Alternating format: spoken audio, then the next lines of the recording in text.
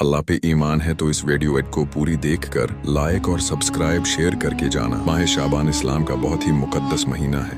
यह वही महीना है जिसमें अल्लाह ताला ने अहले बैत अलैहिमुस्सलाम की विलादतों से ज़मीन और आसमान को नूर से भर दिया। यह महीना रहमत, मोहब्बत और वफा का पैगाम लेकर आता है। इसी पाक महीने में नबी करीम हज़रत मोहम्मद सल्लल्लाहु अलैहि वसल्लम के नवासे, जन्नत के जवानों के सरदार इमाम हुसैन अलैहिस्सलाम की विलादत हुई। 3 शाबान सन 4 हिजरी। मदीना की फिजा खुशियों से भर गई।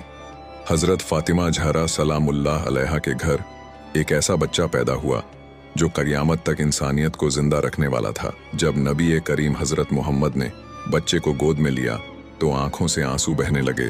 फरमाया, यह मेरा बेटा हुसैन है, मेरी उम्मत इसे शहीद करेगी। जिब्रील अलैहिस्सलाम अल्लाह का पैगाम लेकर आए और इस बच्चे का नाम हुसैन रखा गया। इमाम हुसैन अलैहिस्सलाम के वालिद अमीरुल मोमिनीन हज़रत अली इब्ने अबी तालिब अलैहिस्सलाम थे। वालिदा डॉट हज़रत फातिमा ज़हरा सलामुल्लाह अलैहा जो जन्नत की औरतों की सरदार हैं। भाई इमाम हसन अलैहिस्सलाम, बहनें हज़रत ज़ैनब सलामुल्लाह अलैहा और हज़रत उम्मे कुलसूम सलामुल्लाह अलैहा। नबी ने फरमाया, हुसैन मुझसे है और मैं हुसैन से हूँ। 4 शाबान को अमीरुल मोमिनीन हज़रत अली अलैहिस्सलाम के घर वफा और बहादुरी का चाँद पैदा हुआ। नाम रखा गया अब्बास। वालिदा थीं हज़रत उम्मुल बनीन सलामुल्लाह अलैहा। हज़रत अब्बास अलैहिस्सलाम इमाम हुसैन अलैहिस्सलाम के इल्मदार थे। करबला में अपने बाजू कटा दिए मगर वफा नहीं छोड़ी।